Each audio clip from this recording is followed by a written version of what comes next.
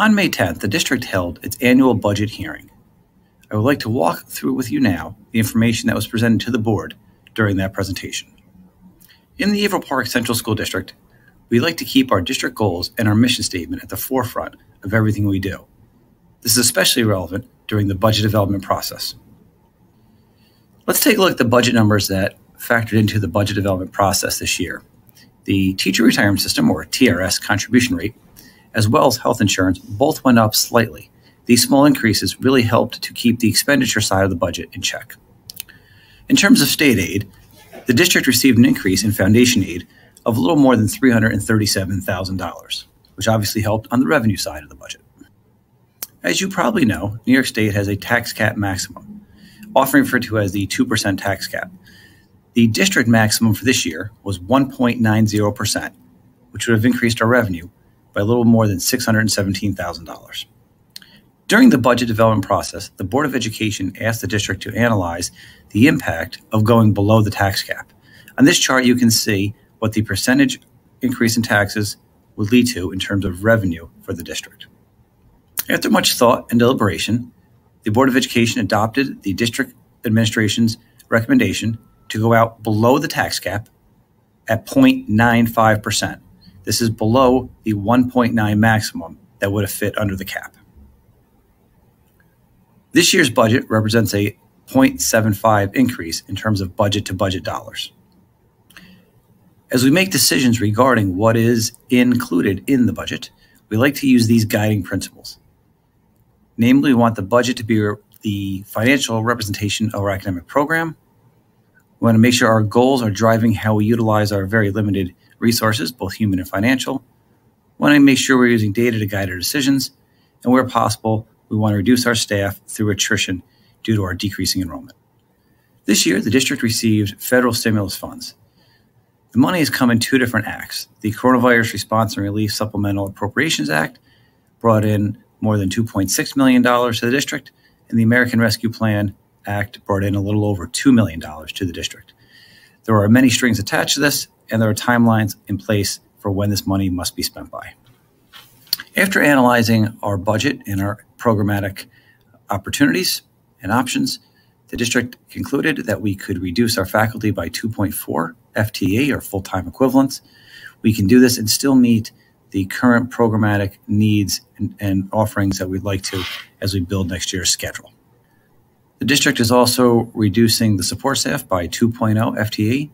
Those are temporary appointments that were put in place largely due to the staffing up that we had to do for the current year in an effort to remain open and safe during the pandemic. We're looking to spend money from our federal stimulus funds on maintaining academic progress. Currently, the district is developing a robust summer program. The program will be K through 12. And this is a large expansion of what we typically offer, as we usually just have credit recovery at our high school and school year that is extended for our special education students. In terms of maintaining academic progress, the district has decided to reinstate 3 elementary school AIS teachers. Originally, as we went through the process, we had considered reducing by 4. Instead, we're just going to reduce by 1. So there's a reinstatement of 3.0 on that side. And also, using federal stimulus funds, we will increase the middle school academic intervention specialist by adding a person at the middle school for math and 1 for literacy. We know that our students will be coming back to us with increased social and emotional needs. In an effort to address those, we're going to use federal stimulus funds to increase our support services. Namely, we're looking to hire a social worker as well as a school psychologist. The district is also committed to developing a collegial and collaborative leadership structure within our district among our faculty and administrators. We originally had intended to reduce the number of teacher leaders that we had from this year to next year, but we're going to reinstate the funding to have approximately the same number of people and positions as we do in this current year. The structure itself, however, will be changed in an effort to improve it in the name of continuous improvement. The district plans to use federal stimulus funds to enhance the professional development that is offered to faculty and staff in an effort to make sure we are ready for our students in September. We also plan to use money for technology improvements.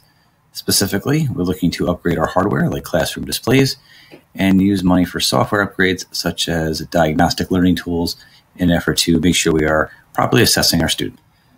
As you know, the last capital project was not approved, so we're setting aside some money for the maintenance of our physical plant, especially for emergency repairs that may pop up.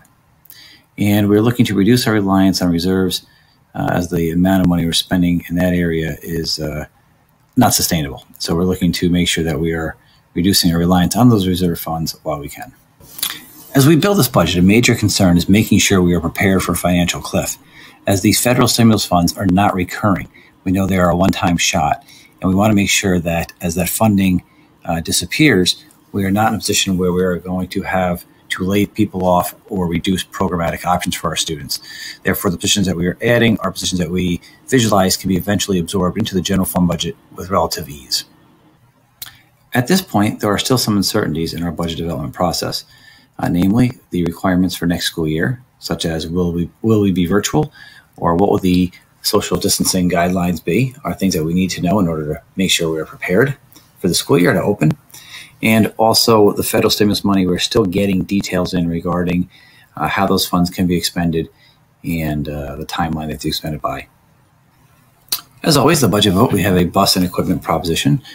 This year, we're looking as part of our long-term bus replacement plan to purchase 9 school buses and 1 rack and plow truck. The cost for this proposition will not exceed $834,474. And it is important to note that the district receives approximately 72% state aid on these purchases. Included in this proposition is the trading in of 8 school buses with a total value of a little more than $17,000. And you can see from the breakdown on this slide the average mileage of our buses, which get quite a bit of use in our district. In addition to the budget vote and bus proposition, the community will be voting on 2 members of the Board of Education. Both of these seats are for 3-year terms, and we have 2 candidates looking to fill the 2 positions. The vote itself will be held on Tuesday, May 18th from 7 a.m. to 9 p.m. in the Averill Park High School Auxiliary Gym. I hope you found this information to be helpful, and I thank you for